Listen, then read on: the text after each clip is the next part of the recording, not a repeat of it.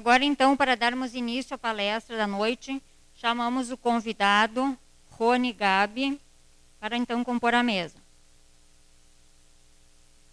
Fundador da Gabi Consultora, prestadora de serviços em negócios e gestão. Graduado em Administração de Empresas pela Universidade Regional do Noroeste do Estado do Rio Grande do Sul, Unijuí. Tem 22 anos de experiência em gestão de pessoas e mercados. É formador de equipes de vendas de alta performance. Ouvidor financeiro, foi diretor-ouvidor de uma administradora de consórcios. Fundador e diretor executivo da empresa Agro Santa de Santa Maria, especializada em mecanização de pequenos espaços. Rony também é especialista em gestão empresarial e tem inteligência e coaching estratégico pela Fundação Getúlio Vargas. É mestre pela Universidade Federal de Santa Maria, professor de negociação e de tecnologia da informação em Santa Maria no curso de pós-graduação em administração de empresas da Fundação Getúlio Vargas.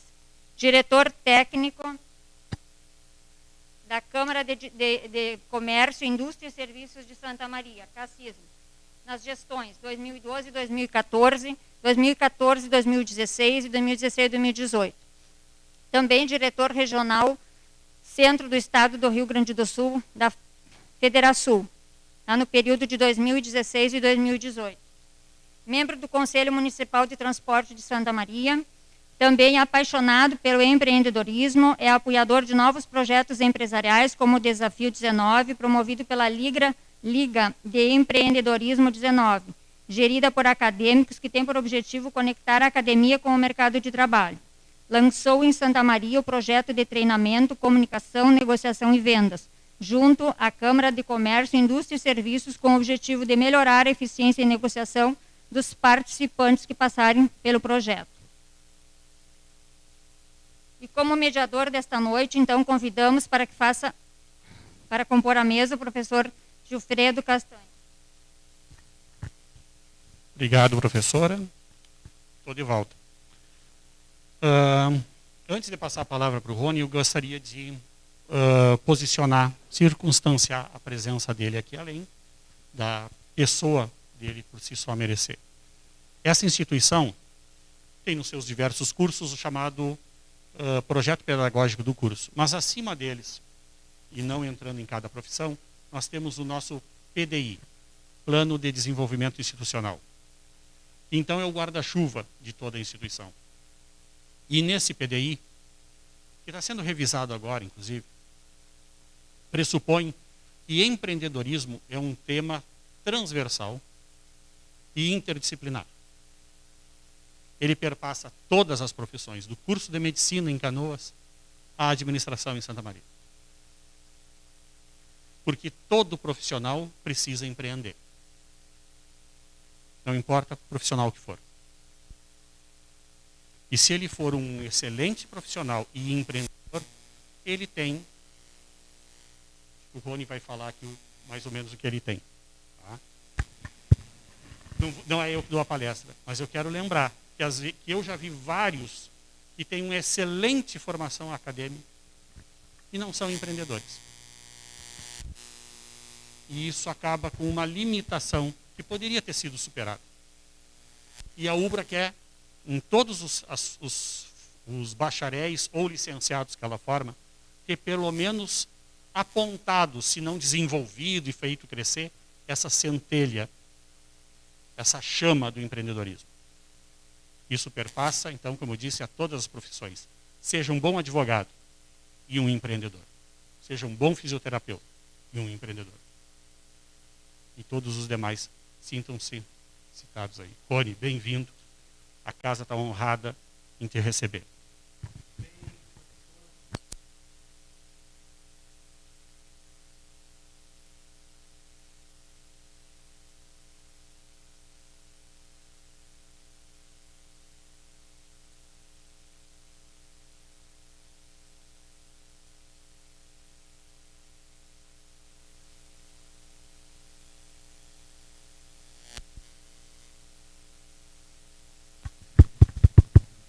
Melhorou?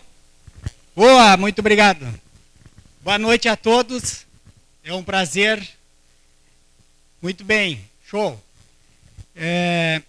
enquanto o pastor falava, eu anotava mentalmente algumas palavras e faço uma pergunta: quem é da administração? Direito? O que mais tem? A arquitetura saiu, a psicologia está aqui, né? Boa, olha, bastante psicólogos. Quem faltou? Estética, fisioterapia, legal, muito bem. Administração, boa, muito bem. Por que vocês escolheram esses cursos? Já pensaram?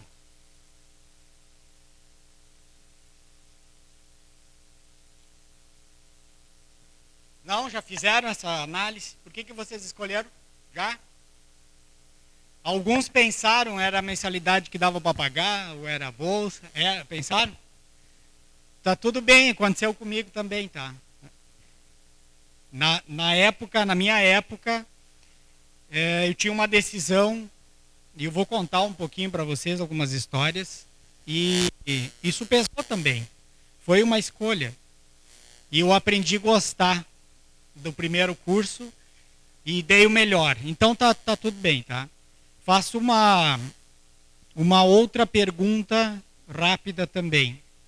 Qual é a sensação, se fosse resumir numa palavra hoje, o que vocês estão sentindo por estar aqui?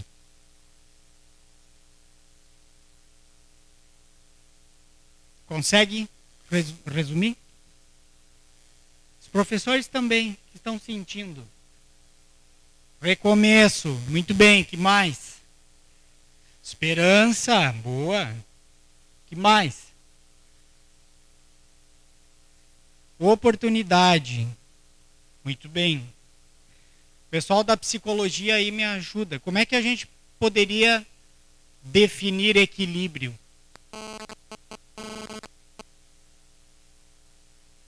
Vocês têm uma vida equilibrada? O que é uma vida equilibrada? Já pensaram? Já leram alguma coisa sobre o equilíbrio da vida? Não? Por que nós nos impactamos muito? Vamos tirar as perdas, tá? Tirar as perdas pessoais, as perdas de modelo de negócio, vamos tirar as perdas. Vamos pensar por que a gente teve um impacto avassalador durante a pandemia. Que o primeiro pilar do equilíbrio da vida é a saúde fisiológica. Se nós não tivermos saúde fisiológica, se você não está bem, já tem problema. O segundo é a saúde psicológica. Aí nós tivemos 2 impactos fortes. Os outros pilares são os pilares de relacionamento, os próximos. Relacionamento social, que nós perdemos também. O nosso relacionamento familiar, que nós também tivemos um impacto. O nosso relacionamento íntimo, esposa, marido, namorado, namorada, filho, nós também tivemos que nos afastar. Então, todos os 5 primeiros pilares, ou 6 primeiros pilares, nós tivemos algum tipo de abalo. Os próximos que constroem o equilíbrio, aí vem a nossa capacidade de evolução profissional, aprendizado, a nossa capacidade de superar, crescer, evoluirmos. Aí precisamos de conhecimento, e o conhecimento é a base para que a gente possa transformar isso em habilidade. Que a habilidade, a prática, é você colocar em prática o conhecimento que você aprendeu. Senão, não vale muito. Vale, mas não como o todo, se você conseguir colocar em prática aquilo que você aprendeu. Tá, um exemplo disso. Vocês lembram de algum professor que sabe muito para ele, mas tem dificuldade de dar aula? tem um nível de conhecimento alto e um nível de habilidade menor. E aí agora lembro, vou sacanear os professores, tá? Eu sou também. Lembro de um professor que talvez não saiba tanto, mas consegue dar uma aula show. Que ele consegue colocar em prática tudo aquilo que ele sabe. Na vida profissional também é assim. Então a gente coloca em prática no dia a dia o nosso conhecimento. Aí nós precisamos de equilíbrio financeiro, que nós precisamos sustentar a nossa vida. Então nós precisamos de dinheiro. O dinheiro sustenta as organizações, sustenta as famílias, então a gente precisa aprender a fazer organização financeira. Concorda? E aí nós temos um pilar não menos importante que nenhum dos outros, que é o pilar da espiritualidade. Nós precisamos de fé. Nós precisamos de um pilar de sustentação, de evolução da espiritualidade. Então, quando há um desequilíbrio em um ou mais desses pilares, nós sentimos um vazio. Nós sentimos que algo não está legal. E aí, trazendo, já puxando meu assado para a administração, quando você olha o resultado ele está depois do sinal de igual. Para você interferir no resultado, você tem que olhar para o processo.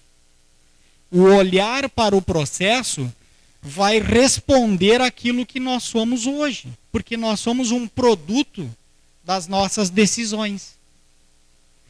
Então, você está matriculado em administração, direito, arquitetura, psicologia, estética, enfim, porque você tomou uma decisão. Então, a vida, ela é um emaranhado de decisões e nós somos um produto das nossas decisões. Se a gente não está contente com o resultado, o que a gente tem que fazer? Olhar para o resultado? Olhar para o processo.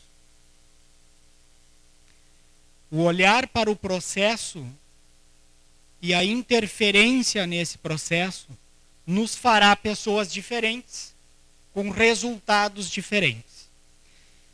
Só que há um tempo, quando a gente pensava sobre planejamento, nós tínhamos um horizonte de planejamento. Nós fazíamos uma análise exploratória do passado e trazíamos aqueles dados para o momento presente e aquilo nos dava algumas respostas. E fazia uma análise antecipatória, olhava para os cenários e trazia também no momento presente e aí a gente tomava as decisões. Fazer planejamento é você aprender a tomar decisões no presente que impactam o futuro. Então, assim nós construímos as nossas decisões. Acontece que nesse momento nós também tivemos um abalo nesse processo de planejar.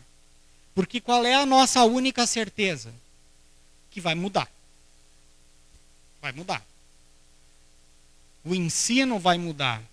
Mas não só as instituições de ensino é que vão mudar. Nós precisamos aprender a aprender. Porque nós tínhamos uma metodologia cartesiana de aprendizado que ela foi abalada.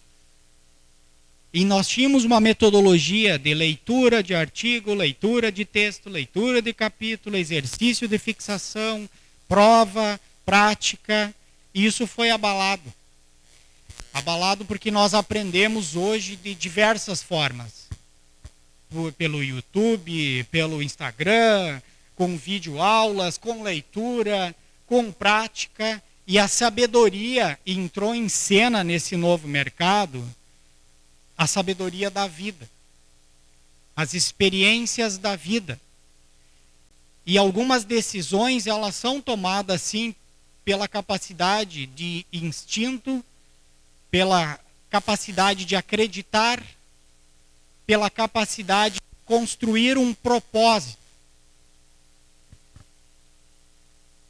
A vida de vocês tem propósito? Qual é o propósito?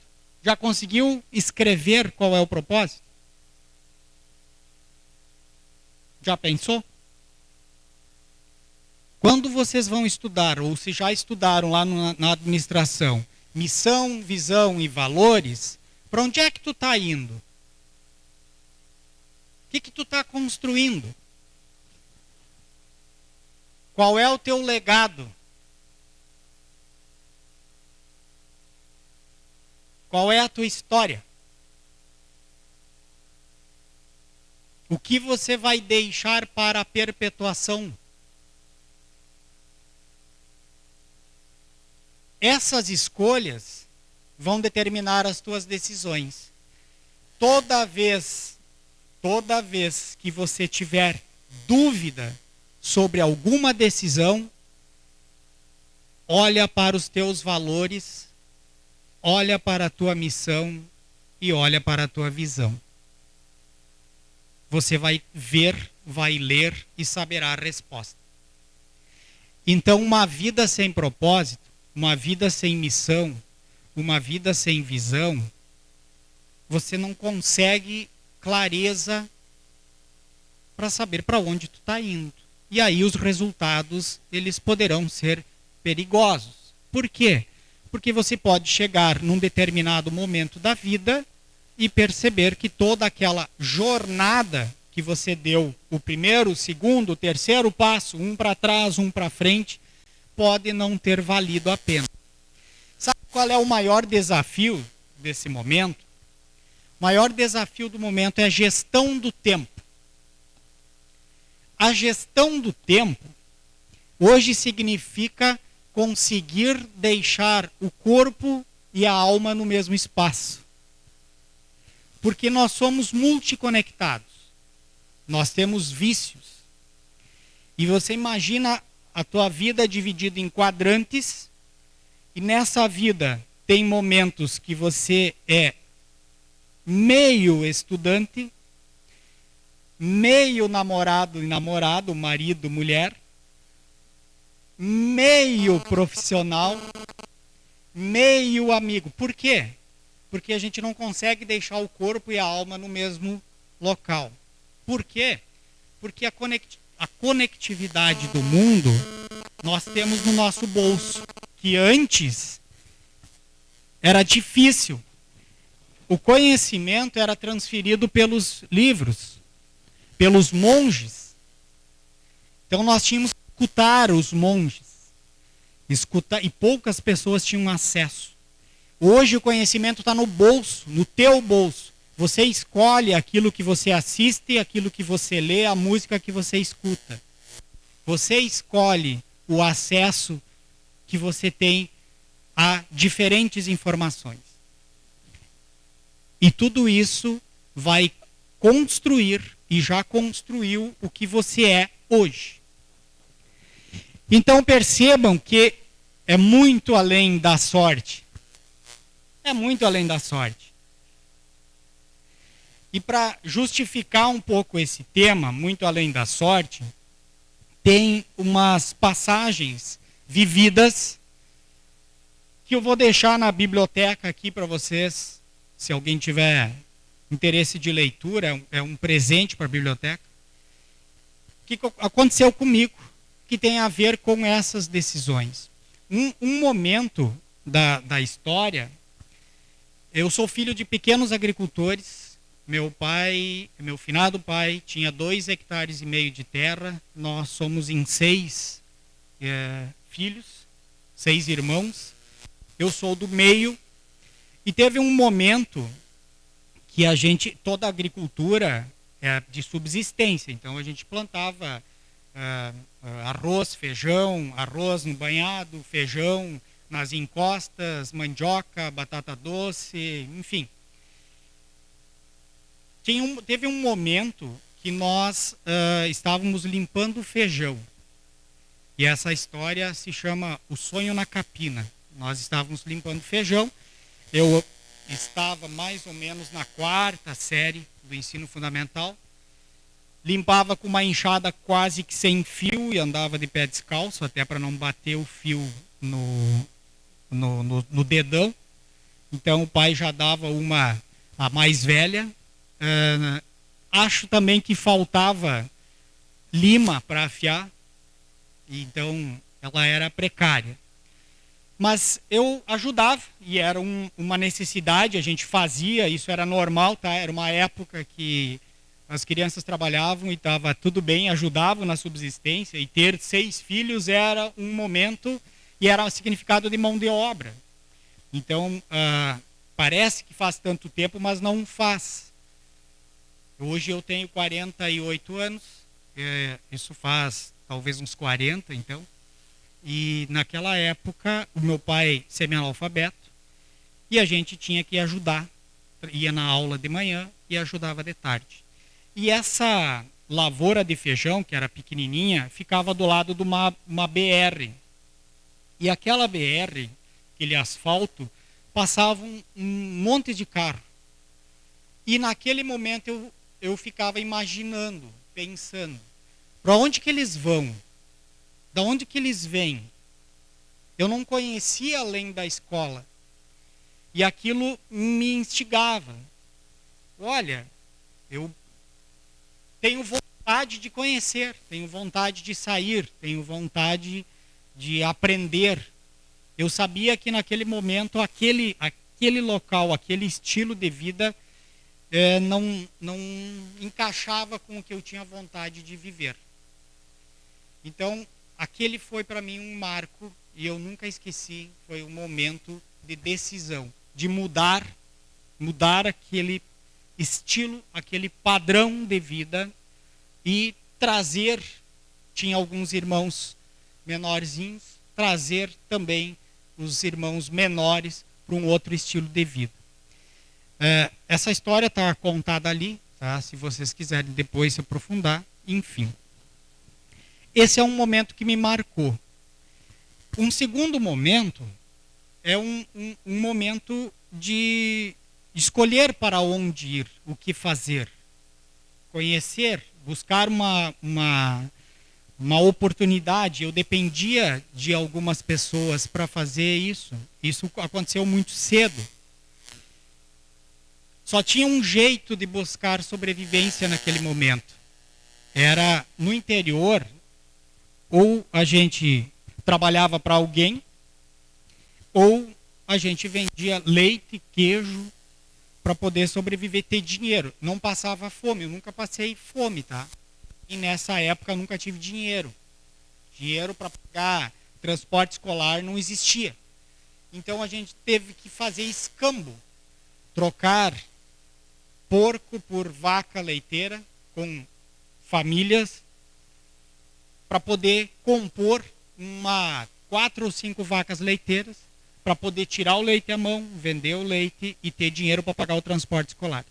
Foi assim que eu consegui estudar e sair daquele momento.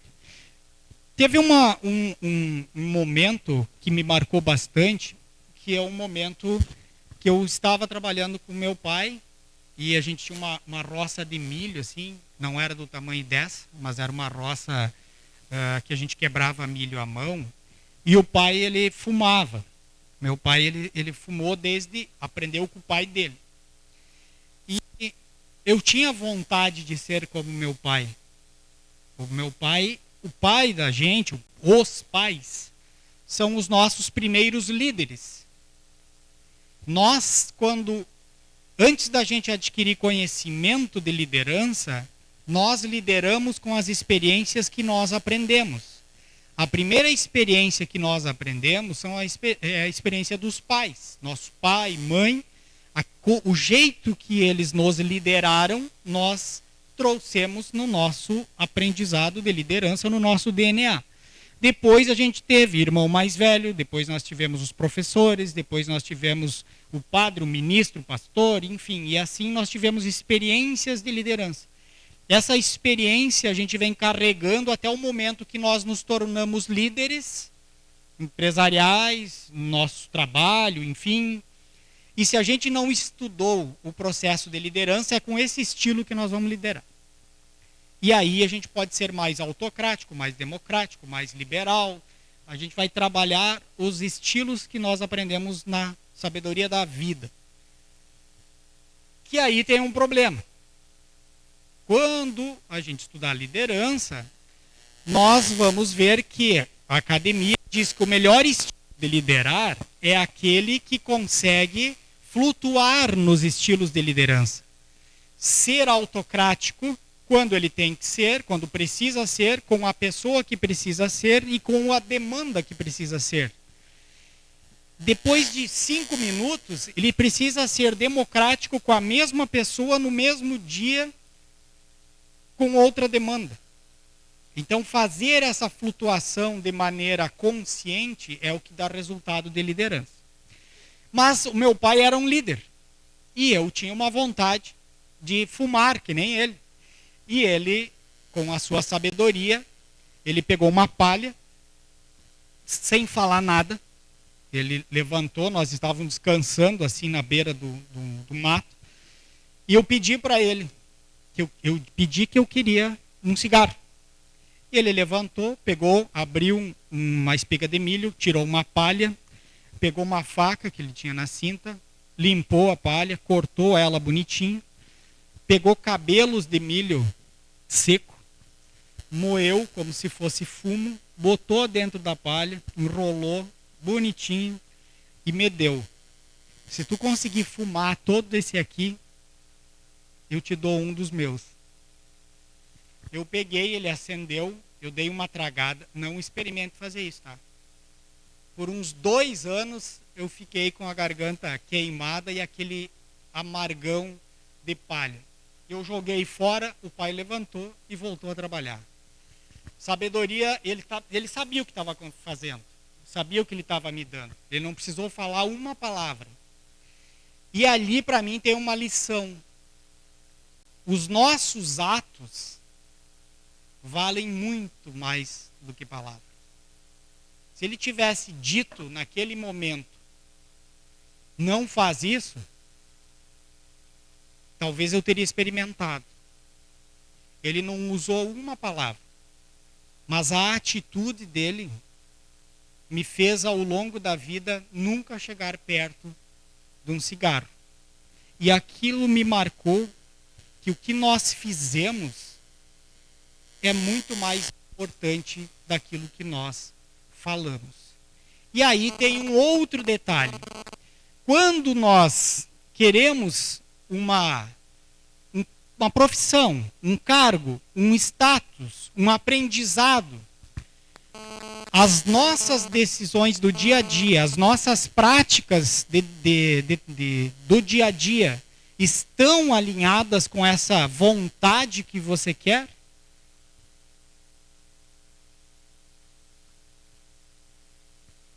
Todos nós queremos evoluir, sucesso, ganhar mais, ser o melhor professor, o mais lembrado, paraninfo da turma, ser o aluno destaque, sair de uma graduação com uma boa oportunidade de trabalho.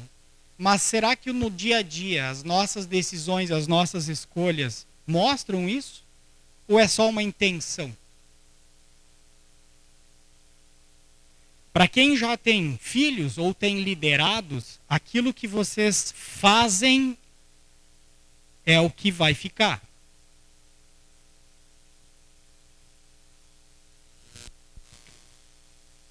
Então, nós precisamos alinhar o discurso à prática. Isso se chama integridade. Uma pessoa que não consegue alinhar o que diz e o que faz, não é uma pessoa íntegra. Com o tempo, ela desmorona. E hoje a velocidade do tempo é muito rápida. Então, isso desmorona muito rápido. Tem uma outra passagem também, que foi a minha iniciação no universo comercial. Na escola, os meus colegas compravam pastel e sonho no bar. e eu não tinha dinheiro para comprar no bar. Eu levava o que tinha em casa. E uma oportunidade, eu levei bergamotas. E eu tinha vergonha, porque eles iam comprar pastel e eu ficava na sala de aula. Dizia que ia terminar um trabalho, ficava lendo, enfim. E eu coloquei uma bergamota em cima da classe e a professora viu e me pediu. E eu dei uma para ela e ela me disse, tu tem mais? Tenho, eu trago amanhã. No outro dia, Feira do Príncipe, é porque é a origem da bergamota, tá? Lá, se vocês querem descobrir, depois passa na biblioteca. A bergamota tinha bastante lá na nossa propriedade e eu levei uma sacola. E a professora, no outro dia, eu dei a sacola de presente para ela e ela me deu como se fosse uns 20 reais, assim. Eu era acima da média, mas ela me deu uns 20 reais. Eu gostei. Levei para casa e dei para a mãe. Apanhei. Porque de onde é que eu tinha levado 20 reais? Como é que eu tinha levado 20 reais? E eu disse, olha, mãe, eu levei uma bergamota e entreguei, dei para a professora, fulana de tal, e ela me deu. E ela não acreditou. E eu apanhei. Mas, enfim, eu gostei daquela prática. E tudo que sobrava em casa eu vendia na escola. E o que vendia na escola, depois eu usava o dinheiro para ir ajudar em casa e comprava também merendas. E assim eu fiz faculdade de administração. Toda a jornada. Então, todo esse período, eu vendi um monte de coisas que sobravam em casa para poder estudar. Tá? Então, a Feira do Príncipe, para mim, foi a iniciação. E a história de tudo isso, se a gente fosse tentar definir, tá? O que é sucesso? Qual é que é o meu sucesso? O que eu estou fazendo para construir o meu sucesso? Primeiro tem um problema, definir sucesso. O que é sucesso para ti? O conceito de sucesso hoje mudou. Há um tempo atrás, era materialidade. Era ter casa na praia, apartamento na praia, ter carro, ter moto. Hoje o conceito de sucesso é viver bem. E viver bem, ajudar, ser ajudado, construir, evoluir, não necessariamente passa por grandes acúmulos de materialidade. Então, definir o que é sucesso, em primeiro lugar, é importante. Tá, mas e além disso? Lembro que fazer gestão é entrar para dentro e olhar o processo. É isso que vai transformar os resultados. Então, depois de definir o meu sucesso, eu tenho que aprender a cuidar de mim mesmo. Lembram dos pilares lá do início? Se eu não aprender a cuidar de mim mesmo, não tenho como chegar ao sucesso. E cuidar de mim mesmo é aprender a lidar com os meus anseios, meus medos. Eu preciso me conhecer, eu preciso entender o que eu faço, as decisões do dia a dia. Eu preciso entender as minhas escolhas. Por que eu escolho tomar mais ou menos água? Eu preciso me conhecer. Se você disser para o cérebro que você não vai tomar refrigerante, o cérebro entende que tu está perdendo. A gente não gosta de perder, né? Então ele lembra toda hora de refrigerante. Quando você diz para o teu cérebro que você vai tomar mais água, você está ganhando. E aí o cérebro gosta. Então ele te ajuda a tomar mais água. Então são escolhas que nós precisamos aprender a cuidar da gente. E assim também as nossas escolhas psicológicas. Também nós precisamos definir o nosso propósito, que nós já falamos. Qual é o teu propósito?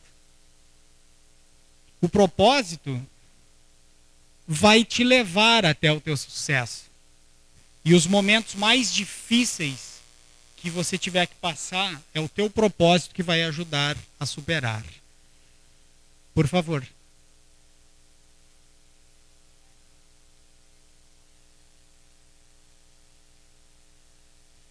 Olha, o não é um gatilho, depende de como a gente aprendeu. Lembram lá da história dos pais? Que a gente vai construindo barreiras. Então, se a gente, hoje, quem tem filho pequeno, dialoga mais, o não pode criar barreiras. Então, se a gente, ao longo da nossa história, criou barreiras com o não, toda vez que a gente diz para nós mesmos que não, o não vai despertar um sentimento, vai despertar uma vontade, e talvez essa vontade não é controlada. E aí nós tomamos decisões inconscientes e aumentamos o açúcar, aumentamos isso, aumentamos aquilo, e vai levando um resultado. Então, sincronizar isso e nos entender que era um momento de nos conhecer, e aí o processo de aprender a liderar, que vocês também vão estudar, tanto a psicologia como a administração, nós lideramos de nós para os outros. O primeiro passo do processo de liderança é autoconhecimento. Se nós não entendemos como nós funcionamos, não tem como liderar. Porque se você não sabe por que você perde a razão, por que você se irrita, por que aumenta o tom de voz, tu não vai controlar no momento que precisa. E aí é um problema no processo de liderança. Então, autoconhecimento é fundamental, aqui também. Então, muito bem, parabéns pela pergunta. Tá? Mas, no meu entendimento, são os nossos gatilhos. O não pode ser um problema. Certo? Também nós precisamos de planejamento, que o professor falou. O planejamento vai determinar qual é a rota que vai te levar até o sucesso que você quer. Qual é o caminho que você vai seguir? Vocês fizeram escolhas. Vocês fizeram uma escolha por um curso ou por outro curso. Isso é uma rota que você definiu. Depois, durante esse processo, você vai escolher por estágios, vai escolher pós-graduação, vai escolher um monte de coisas. Vai ter que decidir. Então, essas decisões constroem a trilha que você segue até o que você definiu como sucesso. E nesse processo de caminhada da trilha, e aqui vem um detalhe bastante importante com a relação das nossas vidas, a maneira que nós levamos a nossa vida, o que vai te impulsionar ou não na trilha é a quantidade de conexões que você faz com as pessoas. A tua rede de contato, teu network, a forma que você se conecta no mundo com as pessoas. E aqui, a forma presencial e a forma virtual também. A quantidade de conexão pode te ajudar ou pode te atrapalhar. Se você conectar com um universo que não é muito legal, talvez vai te levar a algumas decisões, uns resultados que não serão também legais. Se você se conectar com um universo certo, e aí até vai das escolhas, até do meio que você vai decidir viver para te levar até o resultado. Então as conexões são importantes. A partir das conexões, você precisa de start, gatilhos positivos. E aí vem uma pergunta básica. Você é mais proativo ou mais reativo? Se você tiver proatividade, vai te dar um ritmo. Se você for mais reativo, vai depender muito mais do ambiente. Então, seja proativo. Precisará muita capacidade de liderança. Muita. Para colocar as suas ideias em prática, para convencer as pessoas das suas ideias, para que você forme equipes, vai precisar muita capacidade de liderança. Então, estudar para si, aprender, desenvolver a habilidade de liderar é fundamental nesse processo. Nós vivemos através das conexões. Nós somos seres humanos, animais racionais, somos gregários e precisamos de liderança. Se você não aprender a liderar, você vai ser liderado. E será liderado, talvez, para um caminho que não será o teu sucesso. Se você não tiver propósito, tu vai viver o propósito de alguém. Se você não tiver planejamento, você vai viver o planejamento de alguém. Se você não aprender a liderar a si mesmo, você vai ser liderado por alguém. E é assim que as coisas vão andar. Certo? Não esqueçam da formação. Nesse processo todo, você vai precisar da formação que você vai ganhar através do conhecimento, através da habilidade, através da atitude, através da relação interpessoal que você vai construir, da tua rede, das experiências, da sabedoria da vida, que é o conjunto de tudo isso. Ter sabedoria é o conjunto disso. Então nós precisamos desenvolver formação para poder acelerar e poder chegar ao nosso sucesso. Então, aprender a cuidar de si, propósito, capacidade de liderar, planejamento, network, proatividade e formação seria pilares muito além da sorte. Tem que olhar para o processo. Se não olhar para o processo, os resultados serão iguais. Tá bem? Muito obrigado pela atenção de vocês. Foi um privilégio e estou aberto a perguntas se alguém tiver. Ficou à disposição.